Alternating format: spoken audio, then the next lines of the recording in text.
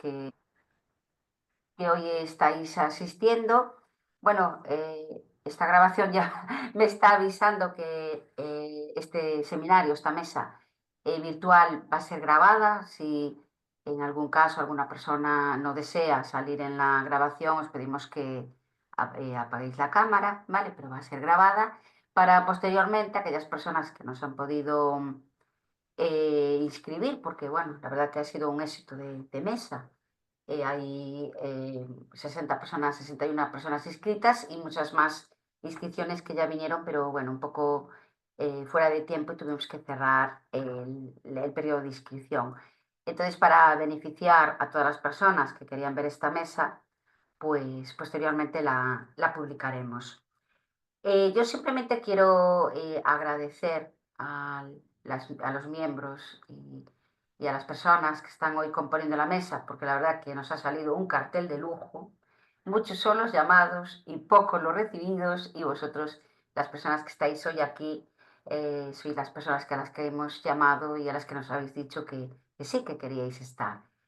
Y poco más, solo, bueno, recordaros que esta mesa pues está enfocada en el Día Internacional de las Enfermedades Reumáticas Pediátricas y Juveniles y en la adolescencia, que se celebra, se conmemora hoy, día 18 de marzo.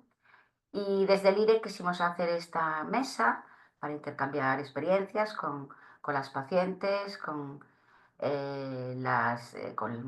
con una reumatóloga que ve niños, con una pediatra, que luego posteriormente mi compañera presentará, y con un gerente de un hospital, a los que yo pues les doy las gracias y la bienvenida.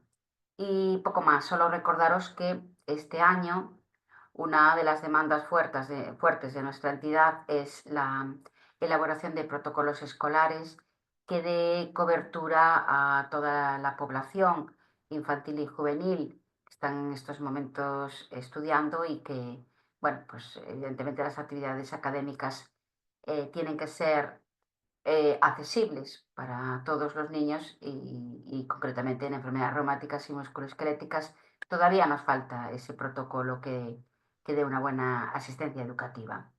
Y sin más, doy paso a Félix Rubial, que es el gerente del Hospital de Marqués de Vandecilla de Santander. Muchas gracias, Félix, por estar hoy aquí con nosotros. Gracias, Ana. Gracias, familia de la Liga Reumatológica Española. Gracias a todos los que estáis participando en este webinar. Para mí es un placer y es un honor acompañaros en un día como el de hoy, en el que celebramos el Día Mundial de las Enfermedades Reumáticas en niños y jóvenes. Y tengo que deciros que cuando Ana me propuso participar en esta jornada me sentí a la vez halagado y agradecido. A Ana la conozco desde hace muchos años y desde luego la he considerado siempre a ella y a las entidades a las que representa, pues un aliado. Y como tal, he intentado siempre proceder con ella. Eh, yo creo que esta jornada es especialmente relevante por muchas razones. En primer lugar, porque es una oportunidad para que podamos reflexionar juntos sobre aquellos retos que afrontamos y el camino que seguimos construyendo juntos en la atención a los niños y niñas y a los jóvenes con enfermedades reumáticas, pero también a sus familias. Es un camino que, a mi juicio, requiere una visión integral, centrada en la persona y que solo es posible gracias al esfuerzo compartido de profesionales sanitarios, de las familias y también de las asociaciones de pacientes. Desde la responsabilidad que asumimos las personas como yo o las personas que ostentamos puestos de gestión en organizaciones hospitalarias, debemos avanzar y debemos promover el avance hacia modelos asistenciales que incorporen una visión, por decirlo de alguna manera, que está tan de moda, una mirada 360 grados. No solo debemos hablar de ofrecer el mejor tratamiento clínico, por supuesto, sino también de asegurar un abordaje interdisciplinar que tenga en cuenta el impacto emocional, el impacto social, el impacto educativo, lo acaba de decir Ana como una apuesta de la LIRE para el año en curso, pues que conlleva cualquier enfermedad crónica y especialmente las enfermedades reumáticas. Es imprescindible coordinar recursos y coordinar equipos. Es imprescindible tejer alianzas con la atención primaria, con los servicios sociales, con el entorno académico y de esta manera poder garantizar una respuesta completa y también continuada. Y en este modelo yo creo que el tejido asociativo desempeña un papel fundamental. Las asociaciones de pacientes, sea cual sea su ámbito, pero en especial en este caso la LIRE, sois un aliado imprescindible en el acompañamiento a las familias, en la defensa de sus derechos y también en la construcción de una sociedad más informada y más comprometida.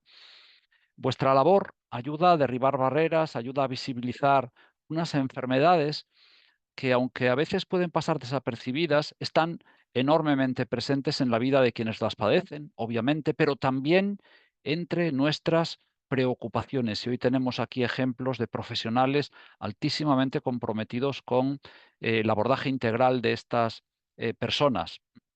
Y no obstante, yo creo que es clave seguir impulsando la sensibilización. La sensibilización es un camino permanente, es un camino que debemos de ir avanzando día a día, tanto dentro de las propias organizaciones sanitarias como en el conjunto de la sociedad.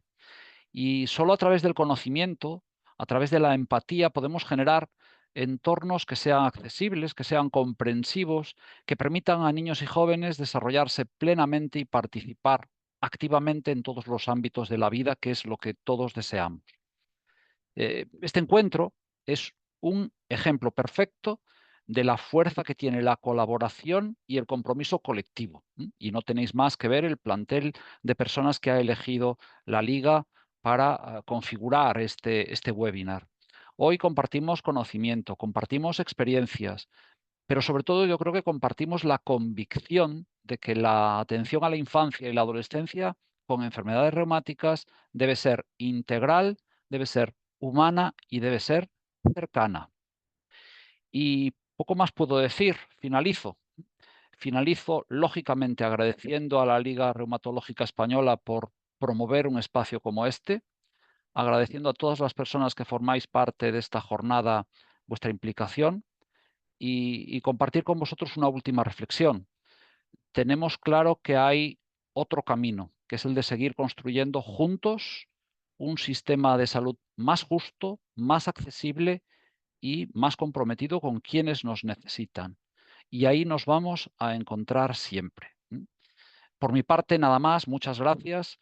Eh, Reitero mi compromiso con las asociaciones de pacientes, con el tejido asociativo y especialmente en este caso con la Liga Reumatológica Española. Muchas gracias.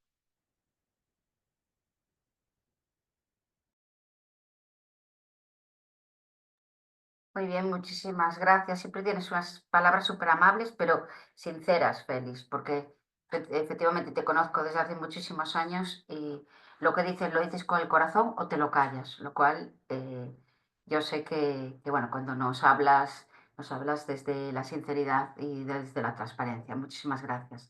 La verdad que da gusto trabajar con gerentes como tú y nada, ya te digo que seguiremos contando en muchísimas más mesas. Y ya sin más, ahora sí que pasamos la palabra a nuestra secretaria general, a Mari Carmen. Y nada, Mari Carmen, toda la charla tuya. Muy Gracias. bien, pues muchísimas gracias, Ana. Perdonadme que he tenido que ausentarme 10 segundos. Muchísimas gracias por parte de la Liga Reumatológica Española. Gracias a todos los asistentes que estáis aquí, a los ponentes y nada, me quedo también con las palabras, un poco los resúmenes que ha dicho el doctor Félix Rubial respecto a la importancia, un día como hoy, de las enfermedades reumáticas infantiles y juveniles, la importancia de las alianzas, la importancia de la empatía, de la participación y del conocimiento.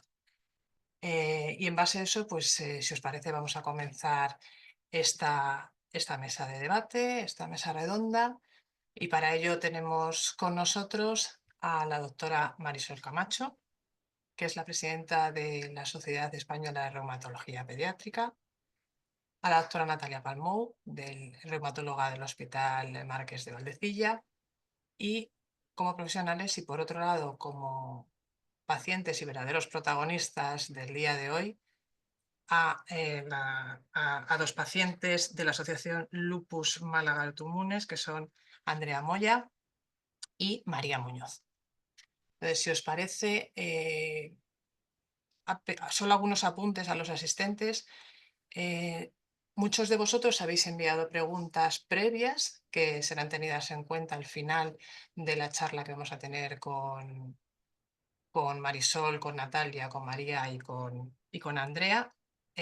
Y también cualquier pregunta que queráis hacer en el desarrollo de todos los temas que vayan saliendo en este debate, podéis hacerlas a través del chat.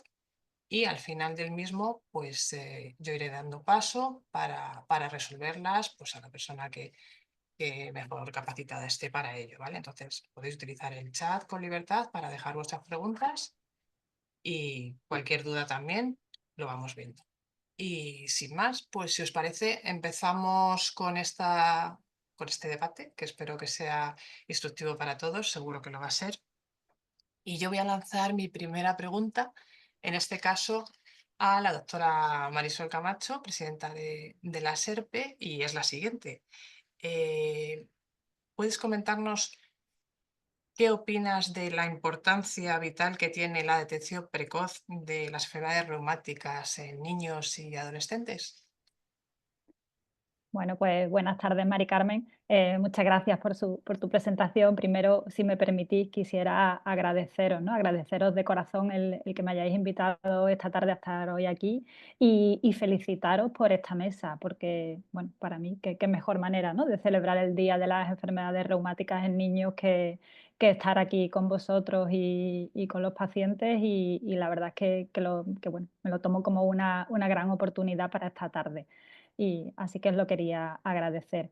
Y bueno, empezando a hablar del tema, como tú me preguntas, bueno, pues es muy importante para los profesionales que nos dedicamos estas enfermedades en los niños, es muy importante que se diagnostiquen a tiempo y que se diagnostiquen adecuadamente, porque los niños están en crecimiento, con lo cual, pues todo aquello que ocurre durante la infancia va a repercutir muchísimo en lo que va a pasar con estos niños cuando sean adultos, con lo cual no tienen, o sea, no es lo mismo diagnosticar una enfermedad en un niño que esta enfermedad empiece cuando es una persona adulta, para nada, ¿vale? Y es verdad que el diagnóstico precoz, pues uno se puede imaginar que al día siguiente de empezar los síntomas, pues no, a veces no es tan fácil y eso no es incorrecto, o sea, que hay veces que tenemos que esperar, hay otras enfermedades bastante más frecuentes en pediatría que son causa de muchos de los síntomas que tienen nuestros niños, pues es más frecuente que haya una infección, incluso muchos tumores son más frecuentes.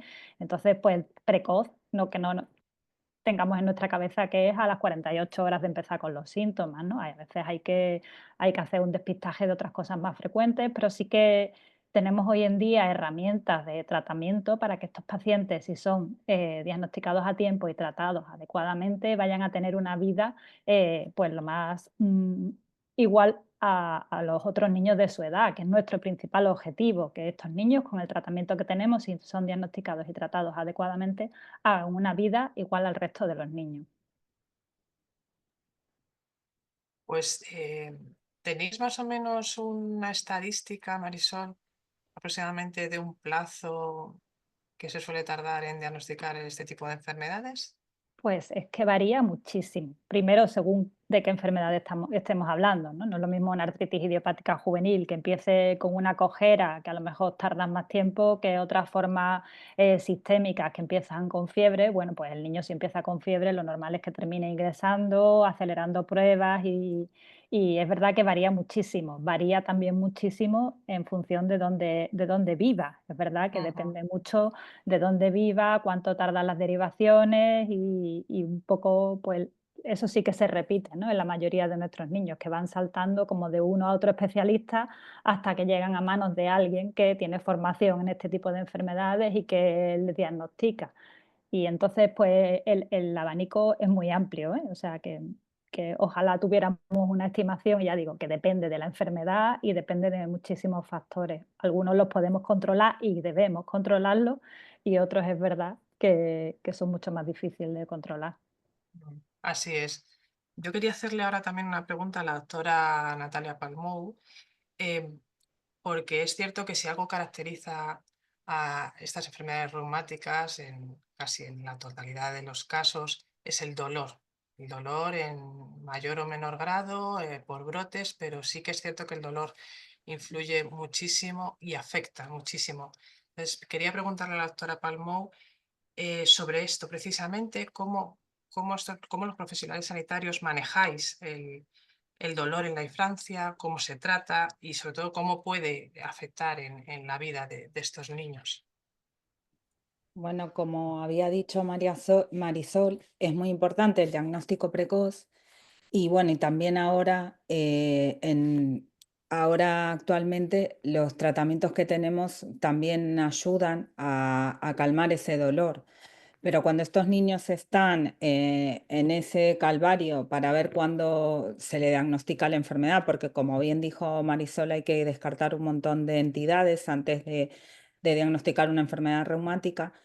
Los niños a veces se creen en el colegio, por eso me pareció muy bien los protocolos que se van a hacer en el colegio y eso, de que tengan noción de estas enfermedades, porque a veces se creen que los niños están fingiendo para no ir al colegio o porque realmente no tienen nada, según algunos maestros. Y entonces, cuando se diagnostica la enfermedad, se empiezan a pautar los tratamientos que son para el dolor en estas enfermedades y la verdad que mejoran bastantes. E inclusive hay algunos niños que se tarda más porque a veces la enfermedad no cumple todos los criterios, a veces completos, y a veces demora un poco más el mejorar, depende de la actividad y el diagnóstico de ese paciente, que también obviamente el diagnóstico precoz no es de un día para el otro, generalmente se tarda un poco más. Y bueno, entonces al haber estos tratamientos nuevos, se mejora la calidad de vida de estos pacientes y además no solo tratamientos, sino también una alimentación que sea balanceada y que también les ayude para poder crecer adecuadamente. Y además el ejercicio, la actividad física también en estas enfermedades es muy importante. Es muy importante que ellos intenten hacer actividades como cualquier niño que no tuviera estas enfermedades, que a veces se sienten también excluidos y por eso es muy importante lo de que en el colegio se sepa de estas enfermedades. A veces nosotros lo que hacemos es dar algunas charlas en algunos colegios para que sepan las enfermedades estas que existen. Por eso con estas jornadas se visibilizan bastante y bueno, y la gente más o menos conoce sobre estas enfermedades que son difíciles de conocer a todo el mundo. Natalia, justo con lo que acabas de comentar del manejo del dolor a través del ejercicio físico, que quizá, bueno, históricamente, no sé si decir históricamente, pero sí, hace un tiempo se pensaba que precisamente a lo mejor el ejercicio físico incluso podía provocar mayor dolor. ¿Cómo los profesionales sanitarios inculcáis esa información veraz? Y es que el ejercicio físico sí que les puede ayudar en el control del dolor, tanto a los niños y a los padres, o sea, a los niños y a los jóvenes, como también a los padres. Sí, en teoría el ejercicio físico generalmente lo que evitamos es que sea de impacto, más cuando lo que se les dice siempre a los pacientes es que cuando están en el periodo de actividad de la enfermedad, por ejemplo, cuando tienen artritis, no es bueno hacer ejercicios de impacto cuando hay actividad de la enfermedad. Cuando la enfermedad ya se va controlando, se les dice que sí que hagan ejercicio para poder mejorar la parte muscular y mejorar el dolor también. Pero bueno, hay ejercicios específicos que también se les dice a los pacientes para hacer. Pero en las épocas de actividad aguda de la enfermedad no se recomienda el ejercicio, por eso mismo. Más que nada el ejercicio de impacto porque hace que se inflamen más las articulaciones. ¿Y cuáles son esto? Me podéis contestar cualquiera de las dos, Marisol o tú. ¿Cuáles son los tratamientos más habituales, aparte del tratamiento de base que cada enfermedad conlleve? pero los más habituales para controlar ese dolor que sufren la mayoría de los niños. Pues, bueno, ¿puedo? Sí, Sí, Marisol. que muchas veces el problema del dolor se soluciona controlando la actividad de la enfermedad. O sea, que si una enfermedad está bien tratada y está controlada la inflamación que tengan, al niño va a dejar de dolerle. O sea, que para nosotros, o sea, lo que más nos gusta a los que nos dedicamos a esto es no tener que utilizar medicamentos para el dolor, sino usar medicamentos para control de su enfermedad y que no haga falta dar analgésicos o dar otro tipo de, que evidentemente si los tenemos que utilizar los usamos, pero que siempre nuestro objetivo va a ser control de la enfermedad para que no haga falta, si podemos, dar otros tratamientos para el dolor. Y muchas veces hablamos mucho del dolor en los niños, pero los niños son muy listos y muchas veces pues cuando les duele algo, lo que hacen es que dejan de moverse y ya no les duele, o sea que no se nos van a quejar del dolor como un adulto.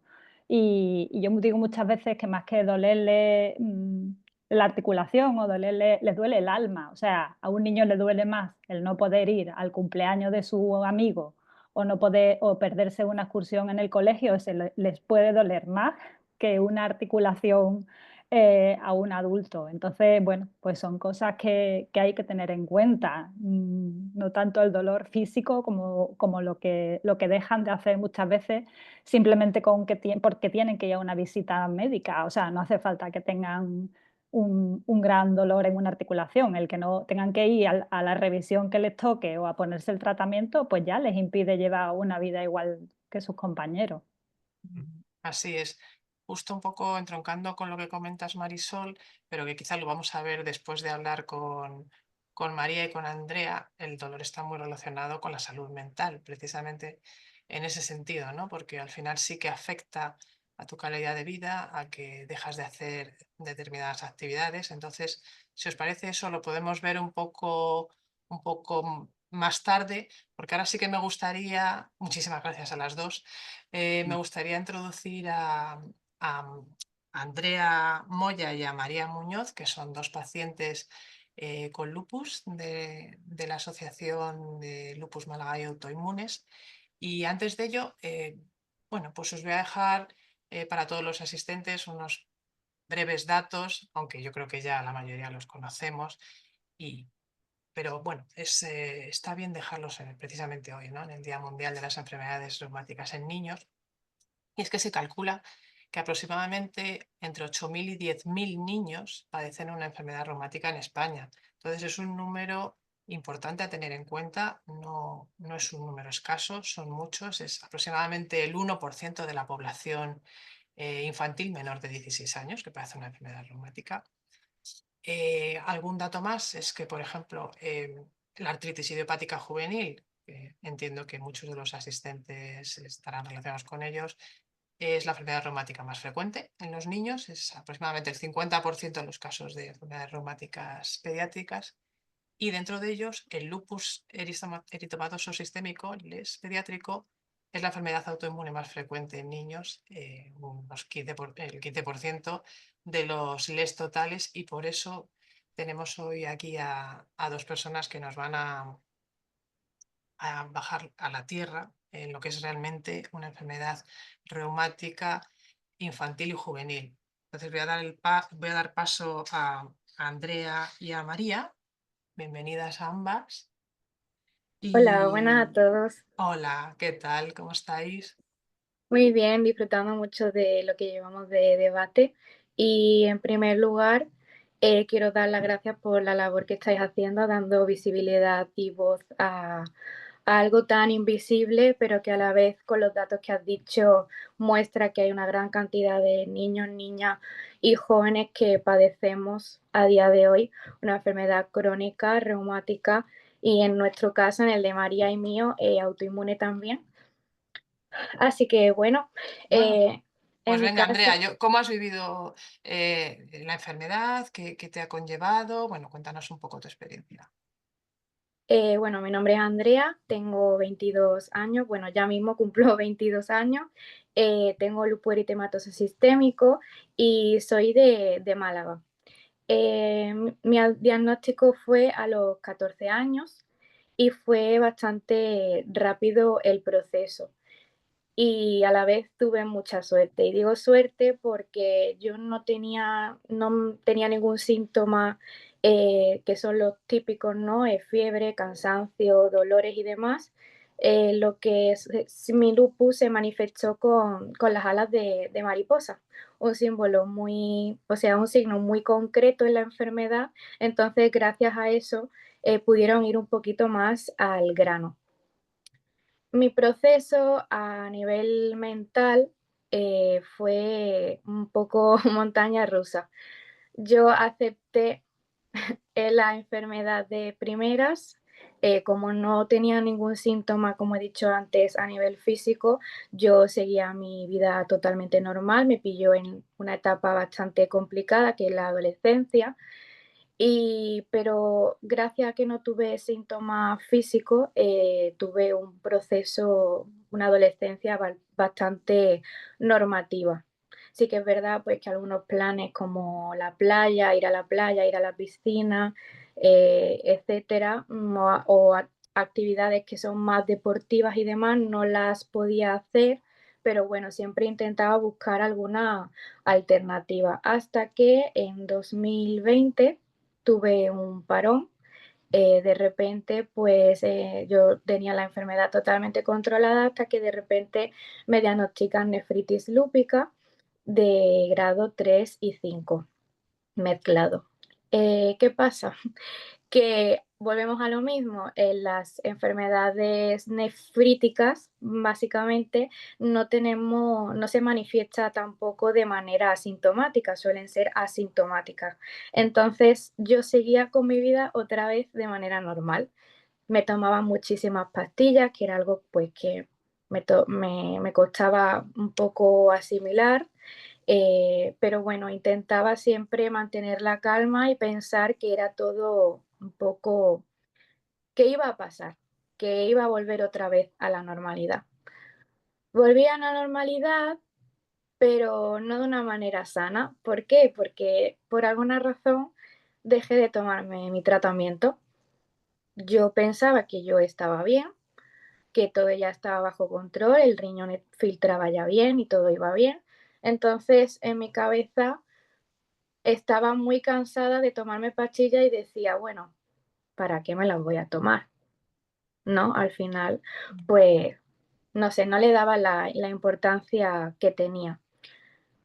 Mis médicas, mi nefróloga y mi reumatóloga, que son las personas que me llevan y me siguen llevando actualmente la enfermedad, eran conscientes de todo esto, me ofrecieron terapia, de ir a terapia, porque claramente no es algo muy sano el que te dejes de tomar el tratamiento, es un símbolo de que algo pasa, pero yo no le di la importancia suficiente hasta que el año pasado, sobre esta época, me tuvieron que ingresar de urgencias porque tenía un síndrome nefrótico.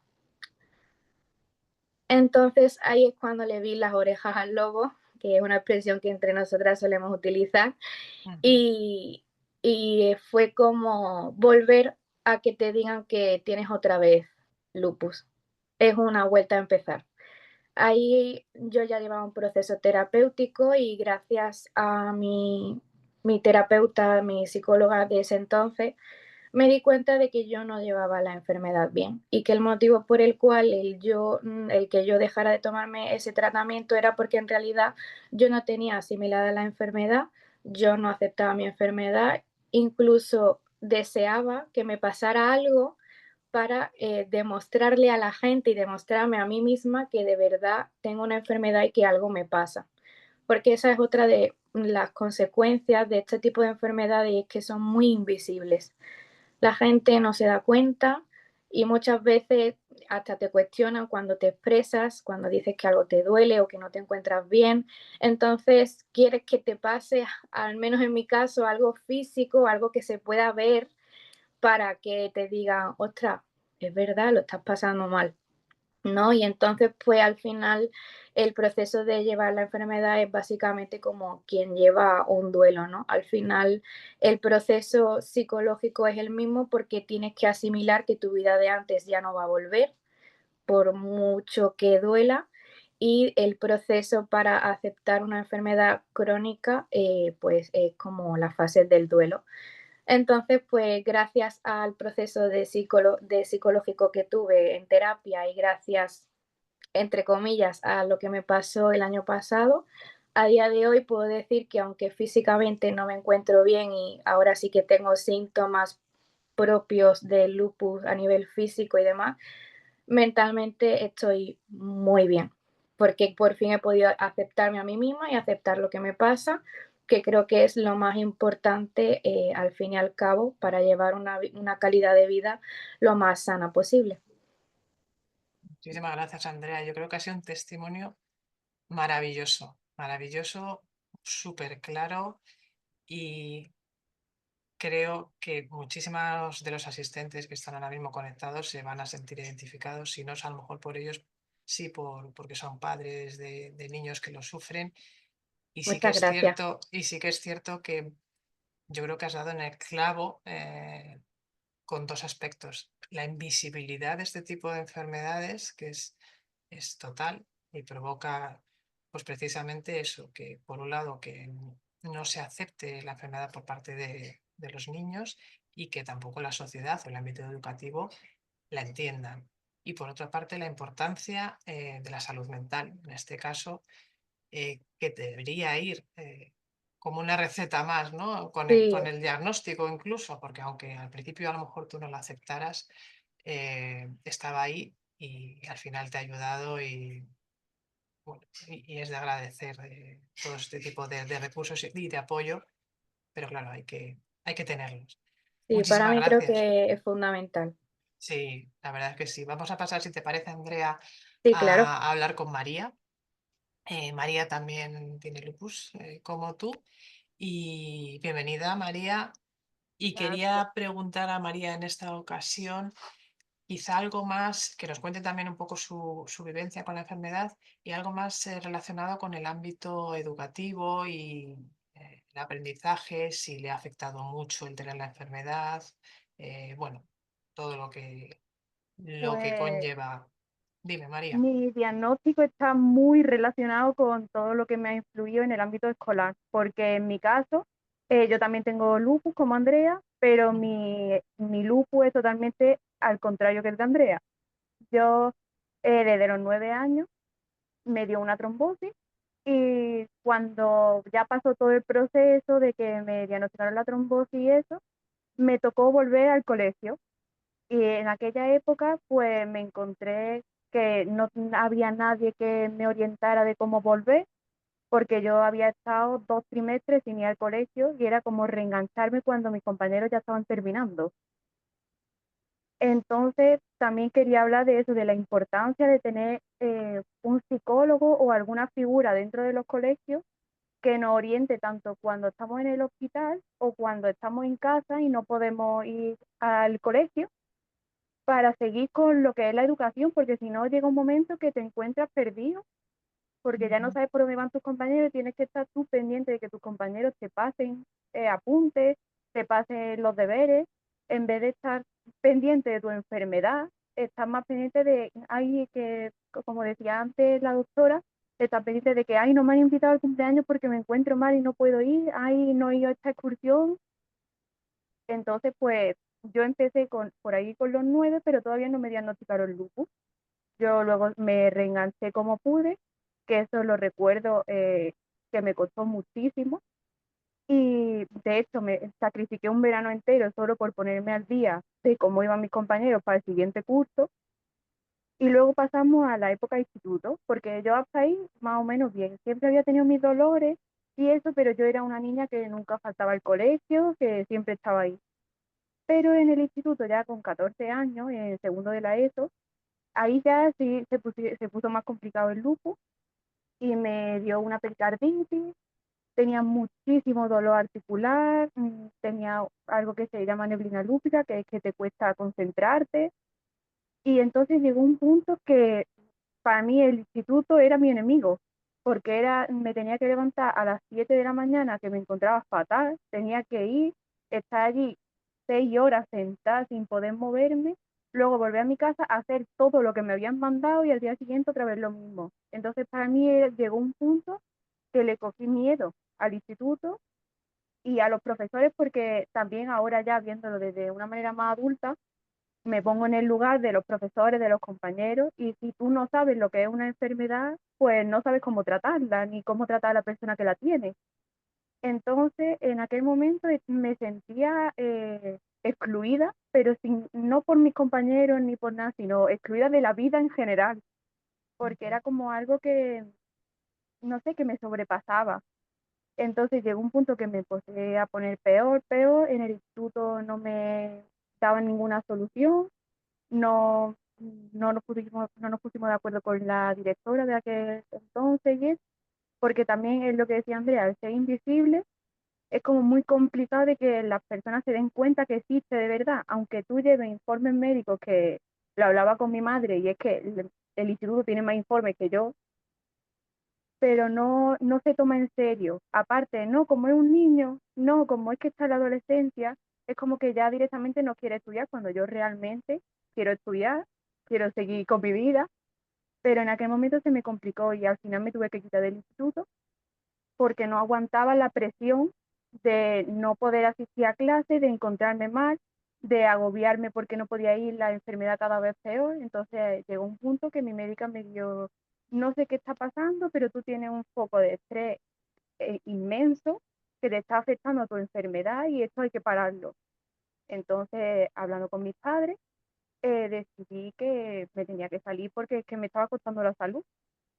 Entonces, a partir de ahí me salí, estuve en mi casa, me recuperé un poco, no tampoco llegué a estar bien, pero ya podía salir y al instituto y eso, y me apunté al instituto de por la tarde. Entonces ya ahí me saqué mi eso y seguí estudiando. Y también lo que me pasaba era un problema cuando tenía que ir al médico, porque ya no es los días que faltas porque no puedes, o las actividades que no te llegan porque no has estado. Es el día que tienes que ir al médico, que ahora tengo que ir al oftalmólogo, ahora tengo que ir al cardiólogo, luego tengo que ir al reumatólogo. Entonces también, aprovechando, ¿no?, la mesa, quería hablar de la importancia de un equipo multidisciplinar en estas enfermedades, porque es Ujú. que eso me parece lo más importante, Así es, ¿sí? así es. Que tú vayas y te veas. Y luego lo que decía Andrea de una figura de un psicólogo en un colegio, en un instituto, a mí me hubiera ayudado muchísimo, porque tanto con mis compañeros, como con mis profesores, como con mis padres, porque es algo nuevo que nadie sabe. Ujú. Entonces, pues más o menos esa ha sido mi experiencia con el lupus, y en el colegio y el instituto pues me ha influido muchísimo. Está claro, María.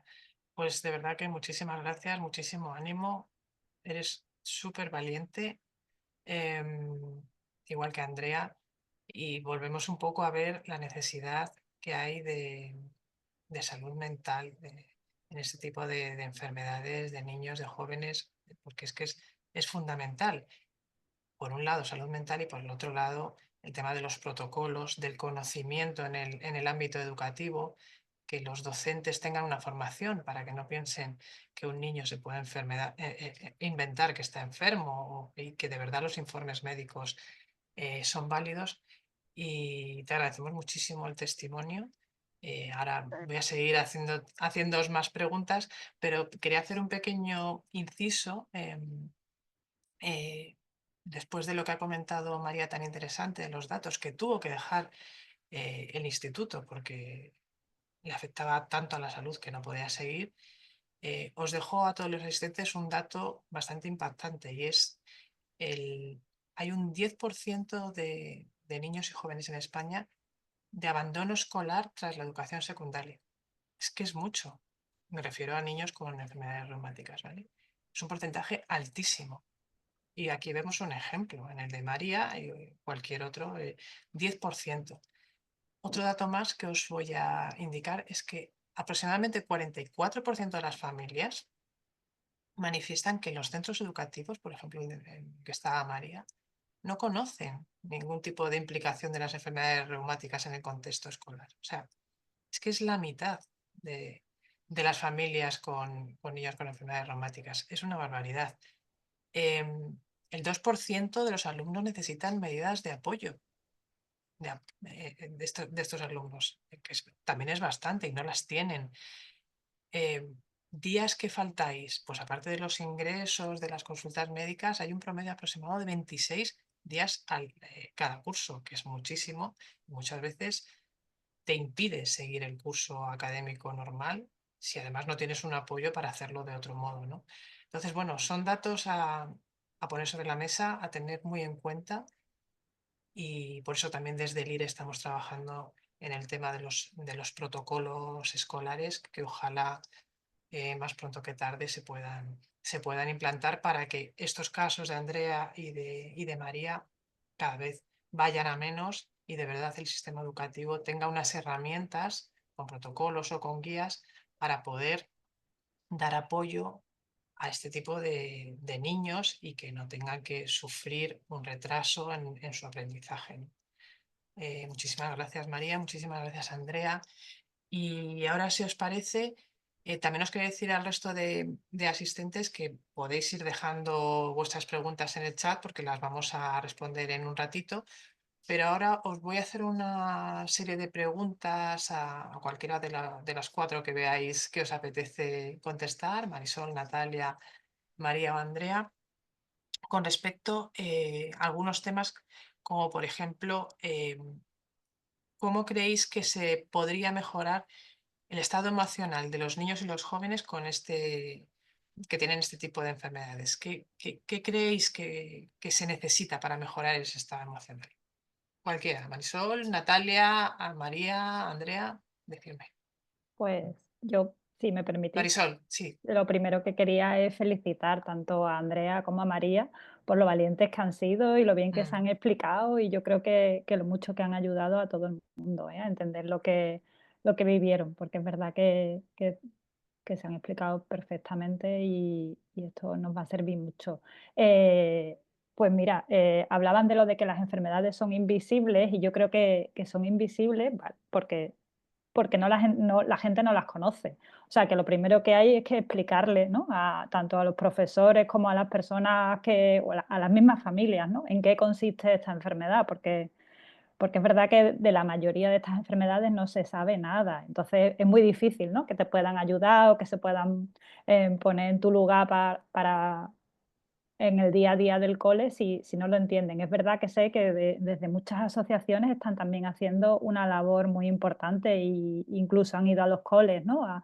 Es verdad que no llegamos, ¿no? Los médicos a veces no llegamos a poder ir al cole a explicar a los profesores, pero sí se puede tener una comunicación con determinados profesores o tutores, pero es verdad que también las asociaciones de pacientes ahí en muchos sitios pues hacen esa labor, ¿no? Si se les pide, oye, tal niño, tal cole, que no entiende muy bien en qué consiste la enfermedad, pues se va, se explica y quizás por ahí pues sí que se pueda ir avanzando. Precisamente con respecto a este tema de los profesionales sanitarios, Natalia, Marisol, hay una falta de profesionales sanitarios también en este sentido, tanto en la atención pediátrica de estas enfermedades reumáticas como ya incluso en la edad adulta. Comentarnos un poco sobre el tema, o sea, ¿cómo veis esta falta de profesionales que también al final afecta en lo que comentabas, Marisol, de la detección precoz, de los posteriores tratamientos? Sí, la verdad que sí, aparte como en reumatología pediátrica somos muy poquitos porque no muchos se especializan y no es lo mismo llevar un adulto que un niño. Generalmente las enfermedades, aunque algunas son parecidas de nombre, pero generalmente los nombres en las enfermedades de los niños son diferentes a los adultos porque de hecho son enfermedades distintas. Y entonces, al no conocer estas enfermedades, al no estar formado, generalmente no les creen o lo pasan muy mal, como contaron las chicas, las pacientes que contaron antes, que la verdad que ellas siguieron a pesar de todo y la fuerza de voluntad que tuvieron a pesar de los dolores y de todo el problema que surge en estas enfermedades. Y inclusive a veces hacen complicaciones graves porque se desconoce estas enfermedades y muchos compañeros no están formados en estas enfermedades. Y como tú dices, la falta de profesionales, de reumatólogos que pudieran diagnosticar esta enfermedad, tanto como pediatras que están formados, también hace más difícil el diagnóstico precoz y el tratamiento para que estos niños puedan llegar a la edad adulta con las menos secuelas posibles. Así es. Como comentábamos antes, que en el sistema educativo faltan esos protocolos claros y en este caso específicos de las enfermedades reumáticas que tienen una casuística peculiar, porque no son cosa de mayores, son cosa de niños y son unas enfermedades muy heterogéneas que conllevan otras muchos daños colaterales, ¿no? Y comorbilidades. Entonces, yo quería, así un poco por cerrar ya este tema, preguntarles también a Andrea y María, que habéis tenido ciertos problemas en el ámbito educativo. ¿Vosotras qué veis ahora, a lo mejor un poco a toro pasado, que hubiera hecho falta para que vuestro aprendizaje y vuestro paso por el sistema educativo hubiera sido más adecuado? Aparte a lo mejor de unos protocolos claros, ¿qué más cosas veis que echasteis en falta? En mi caso, que creo que voy a ser más breve que María, porque yo no tuve tantas dificultades en el ámbito educativo, sí que ahora actualmente estoy estudiando, estoy haciendo un grado superior y sigo en brote y como ya he mencionado anteriormente, ahora sí que tengo más síntomas físicos y entonces ahora actualmente que me toca de cerca, sí que puedo decir que lo que he hecho en falta quizás son alternativas para sentirme partícipe o parte de la clase cuando me ausento porque no me siento bien. Es decir, hay épocas en las que por culpa de los efectos secundarios de la medicación, que eso es un melón largo y tendido, y ya pues los síntomas claros de la enfermedad, me he tenido que ausentar una semana lo cual me crea a mí un estrés y una ansiedad porque es un bucle del querer y no poder. Entonces sí he hecho en falta que esas personas se ofrezcan, o sea, en este caso mi profesora, decir, pues Andrea, no te preocupes porque nosotras conectamos contigo a través de videollamada y aunque sea estás en tu casa, puedes estar tumbada, medio tumbada o como tú te sientas cómoda, pero al menos tienes pues la explicación de la clase que te toque, de las clases que sean ese día y me puedo poner al día y al menos no pierdo esas faltas, porque ese es otro tema, el tener que justificar las faltas. Muchas veces el ausentarte porque simplemente te encuentras mal para ellos o pues por los motivos de ese centro educativo no son faltas justificadas. Entonces tienes que demostrar de alguna forma, no sé cómo, de decir, pues no me he podido ir al instituto porque me encuentro cansada, eso no vale. Entonces yo quizás, obviamente lo que han mencionado antes de los protocolos es crucial para gente para personas que somos pacientes de este tipo de enfermedades, porque hasta un simple cansancio que a lo mejor de puertas para afuera puede ser pues lo normal, ¿no? Lo típico que te dicen es que yo también me encuentro cansado, pero no es el mismo tipo de cansancio, yo tampoco lo sé explicar, entonces pues sí que he hecho en falta eso, que haya más herramientas ahora que hay muchas alternativas digitales de poder acceder a esas clases y que de alguna forma pues te animen y que te apoyen también. Oye Andrea, pues no te preocupes, si no puedes entregar el trabajo mañana, te doy un poco de cuartelillo, ¿no? Y lo puedes entregar la semana que viene, ¿no? Muchas veces los comentarios positivos o es una forma de animarte y de no dejar de lado pues que tengas que abandonar ese curso, ¿no? Entonces yo creo que eso para mí actualmente creo que sería fundamental y lo agradecería mucho. Así es. ¿Y tú, María? Totalmente de acuerdo con lo que ha dicho Andrea. Y también, como he dicho antes, la figura de una persona, ya sea psicólogo o orientador de alguna manera, que cuando tú sales y te han diagnosticado te ayude a afrontarlo en este caso en el colegio o en el instituto o en el ámbito escolar que estés, pero que te ayude a afrontarlo. Y también a mí me hubiera gustado que mis profesores supieran de mi enfermedad.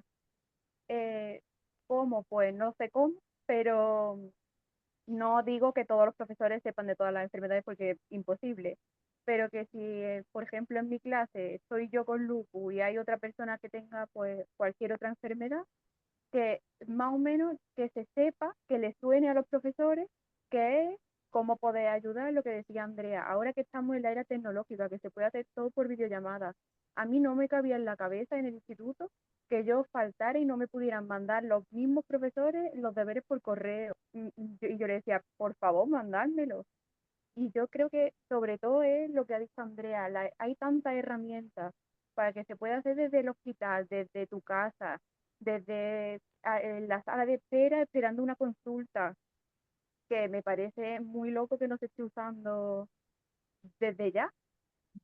Así es, yo creo que lo habéis dejado clarísimo y sobre todo habéis dejado clarísimo la necesidad de implementar estos protocolos que estamos comentando, porque si los centros educativos tuvieran estas herramientas en las que se especifica claramente que existen estas enfermedades y que necesitan unos recursos especiales, también ellos podrían actuar de un modo más adecuado, que ahora mismo lo estamos dejando un poco a la empatía personal de cada cual, pero no todo el mundo tiene empatía o no todo el mundo tiene la posibilidad a lo mejor de acceder a unos recursos para que sus alumnos con este tipo de enfermedades puedan acabar el curso adecuadamente. Entonces, de verdad que os agradezco muchísimo que hayáis sacado este tema, porque desde el IRE estamos precisamente trabajando y vemos cada vez más la necesidad, que ya la habíamos visto, pero cada vez más y más con vuestros testimonios, de tener estos protocolos claros para que vosotros, niños y jóvenes con enfermedades reumáticas, podéis tener un aprendizaje como el de cualquier otro niño, con Sí, vuestros recursos, vuestros apoyos, pero es necesario este tipo de protocolos, que el sistema educativo los implemente y ojalá podamos llevarlo a cabo. No sé si sí. queríais comentar alguna cosa más. No No sé sé si... si Sí, Yo, Andrea, me parece, o Marisol. sí, yo quería Marisol. comentar una cosilla breve, que Sí, sí que Andrea. hay que entender que de puertas para afuera, porque yo mira cómo estoy ahora mismo, estoy divina de la muerte, pero sí que hay que entender que de puertas para afuera sea muy contradictorio, ¿no? Yo eso lo entiendo perfectamente. También entiendo perfectamente que sea algo difícil de imaginar, porque cómo explico el agotamiento que yo siento ahora mismo si me estás viendo en clase, estoy tomando mis apuntes, estoy perfectamente, ¿no? Yo entiendo, hay que entender también de puertas para afuera, y es lo que ha dicho antes María. No sé, no todos los profesores tienen que saber de todas las enfermedades, pero por ejemplo, en mi caso, yo me he tomado el tiempo de explicarle a mi tutora, oye, mira, me pasa esto, pues por ejemplo no puedo subir escaleras, mi clase está en un segundo piso, entonces he solicitado las llaves del ascensor. No me pusieron ningún impedimento, hasta que, bueno, hubo un problemita y tuve que demostrar a través de informes médicos que de verdad necesito el ascensor. Entonces, siempre y cuando al final tú tengas una buena relación con tu médico o con tu médica, pues le pidas un informe, oye, mira, necesito tal informe para que las profesoras tengan en cuenta y expliquen y se explique de una manera sencilla las necesidades que tengo ahora mismo a la hora de estudiar. Creo que no había ningún impedimento, y además ahora todos los colegios y todos los institutos están preparados digitalmente. Ya consta de cada uno como persona el querer ayudar y el tener la iniciativa bueno, pues de prestar estas herramientas a estas personas que las necesitan, porque a mí me han llegado a decir en mi cara, ya, pero es que si te damos a ti la opción de hacer las clases por videollamada, es que la gente es muy culo veo, culo quiero. Y yo, ya bueno, pero es que esa no es mi responsabilidad. O sea, si Es hay lo que otra hablábamos persona que está antes. como una rosa y yo no estoy como una rosa y yo sí necesito la clase, ocúpate tú de esa persona. Entonces muchas veces también son los profesores que les cuesta un poco entender la gravedad de la situación, y bueno, eso ya es, cada persona es un mundo Claro, y ahí también nadie puede hacer Exacto. nada. tienes Es toda lo que razón. hablábamos, que queda la empatía de cada profesor, cada director, cada directora. Entonces, ya una vez haya un protocolo y cuando pase esto se hace así, ya no tienes que depender de ir. Tengo 1000 Claro. correos a Así es. profesores pidiendo empatía. Entonces, es como que ya cuando esté el protocolo hecho, pues ya es un protocolo que hay que seguir, ya hasta no tienes que estar pendiente de la empatía que pueda tener una persona o que no. Exacto. Exacto, eso No, es, no, eso es. eso Dime, no es Marisol. cuestión, eso, Ya que por no es cerrar cuestión, el tema, lo cerramos no es contigo y ya seguimos. no es cuestión solo de empatía, porque además ya no es solo de los profesores, ¿no? No todos los pacientes tienen la capacidad de explicarse tan bien como vosotras, o sea que hay todo tipo de, o sea que no podemos dejar eso a la voluntad de, y es verdad que es una pena que todos los adelantos que usamos para el COVID, toda la tecnología y todas las cosas que se usó en aquel momento no se puedan seguir usando ahora cuando con determinadas personas hace falta. O sea, que yo creo que eso sí que ahí sí que se puede trabajar, se puede ordenar y no hay que dejarlo a la buena voluntad, porque cuando hay buena voluntad, pues no hay que hacer más nada. O sea, el problema es cuando hay quien no se explica o no, tú no tienes por qué justificarle a tu profesor si estás más o menos cansada. O sea, no creo que sea algo que se tenga que meter ningún profesor, ¿no? O sea, si alguien dice tengo un pie roto, nadie se mete a ver si en la radiografía tú tienes el pie roto, simplemente te dan la llave y subes con el ascensor, ¿no? O sea, que debería ser así, es verdad que hay que trabajarlo y es verdad que desde nuestro parte médica sí que intentamos, o por lo menos yo intento que cuando hay millones de citas, que entiendo que es un horror, intentamos agruparlas, intentamos que sean el mayor número de citas posibles el mismo día para faltar el menor número de veces. Estamos consiguiendo que, por ejemplo, el hospital de día abra por las tardes para facilitar eso, ¿no? Que por la mañana se vaya al cole y por la tarde a poner los tratamientos y bueno, ahí hay que seguir trabajando todavía, está claro. ¿Verdad que sí? Bueno, si os parece, vamos cerrando un poco esta parte del debate y vamos a pasar ahora a las preguntas que han mandado los asistentes antes de esta conexión y posteriormente a las que hayan enviado ahora mismo por el chat. Entonces voy a leer la primera de ellas que nos han enviado. A ver, ¿en qué medida los tratamientos para enfermedades reumáticas pueden afectar a la fertilidad en mujeres y hombres jóvenes? ¿Existe el peligro de que los jóvenes con enfermedades reumáticas se acostumbren tanto al dolor que dejen de atender señales de alerta de su cuerpo? Está Natalia, si quieres contestar, o Marisol.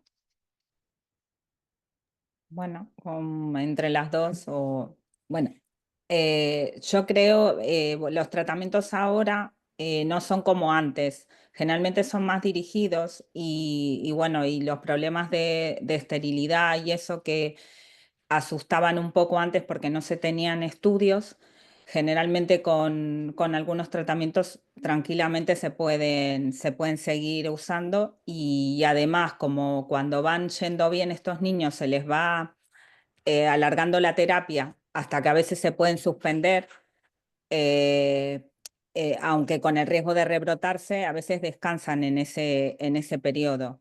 Pero antes había más riesgo de esterilidad en estos niños. Depende también el tipo de tratamiento. Y como decía Marisol, cuando está controlada la enfermedad, generalmente el dolor desaparece en estos niños y cuando hacen una vida deportiva y eso que les mejora la calidad de vida. No sé si Marisol quiere añadir algo más. No, vamos, en cuanto a lo del dolor, cuando decimos que el cuerpo se acostumbra o demás, bueno, pues muchas mamás que dicen, no, es que el niño es muy fuerte y no se queja, pues si no se queja debe ser que no le duele. O sea, que tampoco tenemos que sufrir más de lo debido, ¿no? O sea, que el dolor es algo muy de cada uno, que cada uno vive y cuando vive mucho dolor, pues hay que poner remedio a ese que vive mucho dolor. Cuando viven menos dolor, pues vamos para adelante, ¿no? Vamos a hacer nuestra vida, vamos a hacer nuestra actividad y vamos a aprovechar, ¿no? Muchas gracias. Os voy a hacer ahora un par de preguntas que las voy a unir un poco porque el objetivo más o menos es el mismo y es sobre la famosa esperanza de retirada de medicación, ¿no? En este tipo de enfermedades crónicas. Nos pregunta un asistente que si hay algún estándar sobre la retirada de medicación una vez alcanzada la remisión en niños con DMJ y por otro lado, también una pregunta muy similar, pero esta vez con otra enfermedad, que le gustaría saber cuándo sabremos que la dermatomiositis juvenil ha entrado en remisión y parámetros los más significativos para saber si está activa o en remisión. Un poco, son dos enfermedades, pero bueno, lo que quieren saber es esto, ¿no? ¿Cuándo entra en remisión? Pregunta del millón. Bueno, sí, con la dermatomiositis juvenil sí sabemos que está en remisión tanto con datos clínicos, ¿no? Porque tienen ya fuerza adecuada y con datos analíticos. Con la analítica, pues también podemos saber si está en remisión. Lo difícil es lo de la retirada de tratamiento. Es verdad que eso hoy en día es muy difícil, ¿no? Tenemos ya muchos estudios de cómo empezar tratamiento o de cómo ir cambiando si no va bien un tratamiento u otro, pero todavía hay muy pocos estudios de cómo retirarlo y de si lo retiramos, si vamos a tener garantía de que no haya recaídas. Pues la verdad es que a día de hoy no os podemos decir eso, ya nos gustaría. Pero lo de la retirada del tratamiento, y siempre lo intentamos, porque bueno, pensamos que son enfermedades que empiezan muy precozmente y que tenemos muchos años por delante y que cuanto menos tratamientos usemos, mejor, pero también tenemos que tener controlada la enfermedad. Entonces, pues en ese difícil equilibrio intentamos estar. No sé si Natalia quieres aportar alguna cosa más. No, más o menos lo que dijo Marisol, que es muy difícil. A veces intentamos, por ejemplo, en síndromes autoinflamatorios, a veces se intenta quitar el tratamiento y se reactivan muchas veces. Lo que tratamos es de espaciar las dosis de los medicamentos para que los pacientes cuando están bien se los pinchen más espaciadamente o los tomen más espaciadamente, pero cuando los suspendemos, como dice Marisol, generalmente se reactivan, y más cuando son enfermedades graves como la dermatomiositis o el lupus, o enfermedades que son de difícil control, más que nada. Y entonces es difícil. Sí que retiramos, sí que retiramos tratamiento y explicamos normalmente, ¿no? A la familia, ojo, que hemos retirado tratamiento, que puede haber recaídas y bueno, y a veces pasan mucho tiempo y recaen. Y es verdad que eso a las familias pues lo llevan mal y nosotros también, ¿eh? Lógico, lógico. A ver, una pregunta más. Esta a lo mejor lo podéis contestar cualquiera de las cuatro desde vuestro punto de vista, tanto como profesional como paciente, y es respecto a la discapacidad en jóvenes con enfermedades reumáticas. No sé si Andrea y María han solicitado el grado de discapacidad, se lo han concedido, ¿cómo? Yo en mi caso sí la solicité y yo tengo ahora mismo el 85% de discapacidad, que en su momento cuando me la dieron fue tanto complicado el mentalizarse de que la tienes que pedir, el papeleo que hay que hacer, y yo tuve suerte, entre comillas, de que lo pedí antes de pandemia y no había el atraso que hay ahora. Y entonces fue un proceso pues complicado, de mucho papeleo, de mucho estrés, porque al mismo tiempo que estás tú aceptando tu enfermedad, estás pidiendo una discapacidad, cuando la discapacidad está como mal vista, aparte eres joven, entonces es un poco raro. Yo en este caso tengo la cartulina de movilidad reducida, y cuando aparca, por ejemplo, en un sitio, porque va a un centro comercial, es muy complicado que no te mire alguna persona mayor o no mayor, Que y no se lo tú cree. como diciendo, mira esta. Entonces volvemos otra vez a lo invisible. Es una discapacidad que tenemos, porque la tenemos, aprendemos a convivir con ella, y ya cuando uno lo tiene aceptado es como, bueno, pues ya está. Pero al principio sí es verdad que cuesta mucho entenderla y que los demás la entiendan. Gracias. Marisol, Natalia, ¿vosotros soléis hablar del tema de la solicitud de la discapacidad con vuestros pacientes? ¿Lo ven un poco como María? No, los pacientes, perdona, Marisol. No, habla. Los pacientes generalmente te preguntan si Ujú. pueden pedir la discapacidad. Yo siempre les hago informe y acá se llama, bueno, ICAS, el Instituto de Asuntos Sociales, y generalmente lo piden con un informe nuestro, aunque ahora no les hace falta porque dicen que miran la historia y pueden mirar la enfermedad que tiene el paciente. Y como dijo María, hay diferentes porcentajes de acuerdo a la enfermedad que tienen los pacientes, pero sí, generalmente los pacientes tienen más noción de la discapacidad y me lo preguntan. De hecho, en otras jornadas que organizamos con Ana, hablamos del tema de discapacidad y muchos pacientes nuestros ya lo conocen. Entonces ya lo están, la mayoría te piden el informe para pedir la discapacidad. No sé si Marisol pasa eso. Marisol. Sí, yo, vamos, cuando me lo preguntan, evidentemente les hago sus informes y sobre todo a los chicos más mayores se lo voy diciendo porque bueno, yo ojalá le dieran a todo un 0%, que es mi objetivo, pero bueno, es verdad que para temas de estudio y demás creo que les abre muchas puertas y sobre todo, bueno, no tienen que demostrar nada a nadie, van a tener un papel que diga que tienes una enfermedad crónica y ya está, y eso no es demostrar, o sea, valorado por una serie de profesionales, o sea, que yo creo que siempre sirve, ¿no? Ujú. Pues una pregunta más, si os parece, porque ya nos hemos pasado un poquillo de tiempo, pero bueno, vamos allá. Desarrollo de afectaciones cutáneas internas, musculares o en órganos internos. No sé, lo ponen así un poco en general, no sé si se refiere a alguna enfermedad en concreto o en general. La pregunta es si lo desarrollan, si lo van a Sí, desarrollar. desarrollo, es que simplemente pone eso, desarrollo de afectaciones. No sé si la persona que ha escrito la pregunta, si está en el chat, si puede concretar un poco más. Desarrollo de afectaciones cutáneas. Entiendo que a lo mejor, no sé si la enfermedad que padece le afecta a la piel.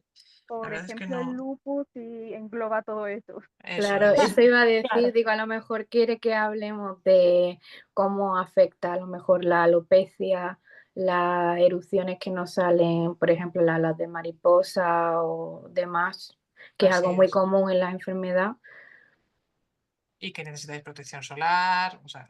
Sí, Como ¿quiere un que medicamento más. a eso se ha enfocado la pregunta? Pues no lo sé, no sé si la persona que la ha hecho está en el chat, pero la verdad es que no te puedo decir. Si queréis pasamos a otra y luego ya si quiere Sí. poner a la que la ha preguntado en el chat algo más, pues seguimos con Vale. ella. ¿Cómo manejar cuadros de dolor en niños? Esa también es tela, aunque lo hemos comentado un poco Marisol y Natalia, pero ¿cómo manejar cuadros de dolor? Entiendo que se referirán a brotes o de dolor intenso, ¿no? Bueno, el dolor se trata con analgésicos, o sea, con tratamientos para el dolor. Y lo importante es buscar la causa del dolor, ¿no? No solamente limitarte a tratarlo y ya está, sino saber cuál es la causa del dolor. Si sabemos cuál es la causa del dolor, hay que poner el tratamiento a la causa del dolor.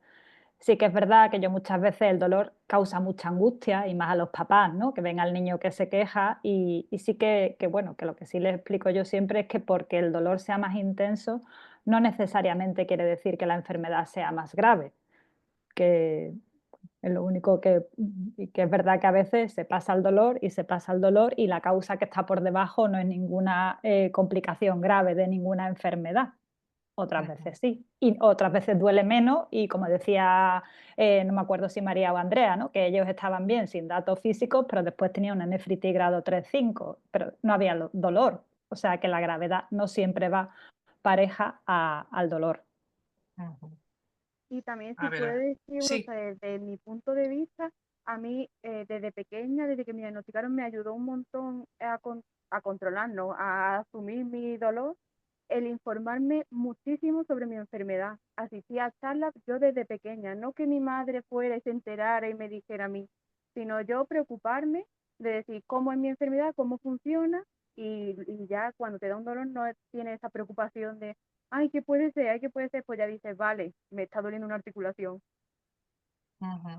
Eso es muy importante, asumir el control, ¿no? de tu De saber qué está propia enfermedad. pasando, ¿no? La Saber cómo información funciona. es poder al final. Ujú. Entonces tranquiliza mucho saber que el propio paciente y también la familia sepa de dónde puede venir ese dolor, qué tipo de dolor es. Al final, si lo sabes, es una forma también de autocalmarte, ¿no? En plan de, vale, ya sé que es por esto y puedo hacer tal cosa para que vaya menos o simplemente controlarlo. Entonces, en mi caso también me ayudó mucho lo que dice María de asistir a charlas que ofrecen muchas asociaciones, en nuestro caso la de aquí de Málaga, Asociación Lupus Málaga y Autoinmune, las charlas y todos los recursos que nos dan de información y de saber por propios profesionales en qué consiste y todo lo que puede pasar y no debería pasar en la enfermedad, en este caso, en nuestro caso el lupus, pero bueno, también cualquier enfermedad reumática, ¿no? Aquí enlazo un poco con lo que comenta Andrea de la importancia de las asociaciones en este sentido. O sea, yo creo que hacen una labor ingente a la que no llegan los profesionales sanitarios y que es imprescindible hoy en día para los pacientes y más para los niños y los jóvenes, que los padres, muchas veces son los padres a lo mejor los que se informan en un primer paso, aunque luego ya algunos podéis asumir el control, pueden informarse de primera mano, preguntar con mucha más confianza, perdonadme Marisol, Natalia, que a los médicos, porque al fin y al cabo vamos a entender lo que nos está contando como personas que lo están sufriendo. Entonces sí que es cierto que las asociaciones tienen una importancia fundamental en el sistema sanitario y para ese tipo de pacientes.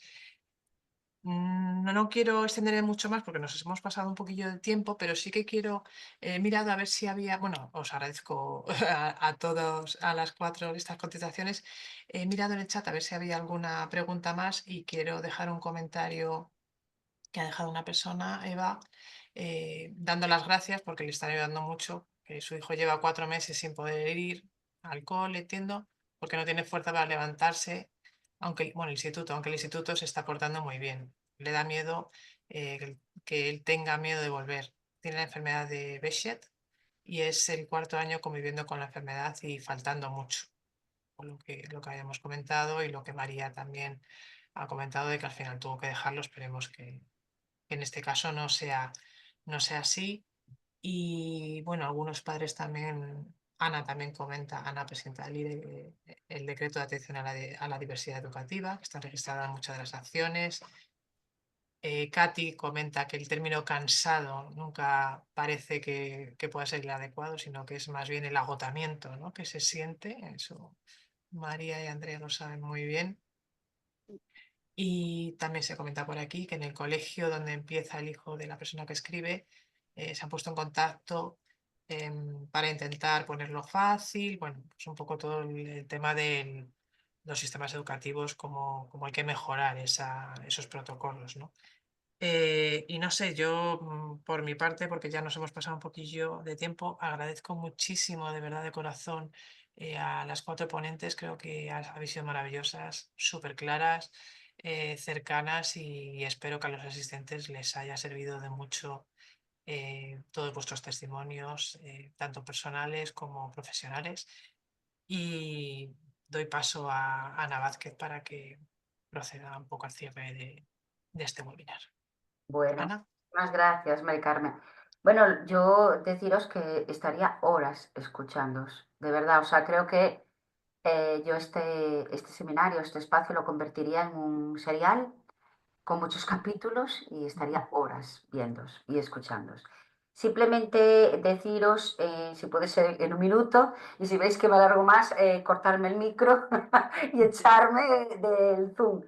Pero reiterar el agradecimiento a Natalia, que es, bueno, la reumatóloga que ve niños del Hospital de Valdecillas, a Marisol, que es pediatra, presidenta de la SERPE, a las 2 chiquitas, María y Andrea. Os llamo chiquitas porque yo estoy ya un poquito lejos de vuestra edad, entonces ya os veo como mis hijas, que lo podríais ser por edad. A María y Andrea, chicas de Alma, precioso nombre para una asociación. Alma, qué bonito. Y también saludar a otras asociaciones que están presentes hoy aquí, que es Anadeju, la Liga Reumatológica Catalana, la Liga Reumatológica Gallega, espero no dejarme a nadie, Alma, y creo que también hay bueno, participantes de otras organizaciones que están no solo en España, sino en todo el mundo. Esta jornada nos ha salido muy internacional, como es el día hoy, ¿no?, de enfermedades reumatológicas pediátricas internacional. Simplemente hacer 2 pinceladas de, bueno, pues un poco todo lo que se dijo, que fue muy intenso. Hay mucho contenido en esta reunión de expertos, expertas todas.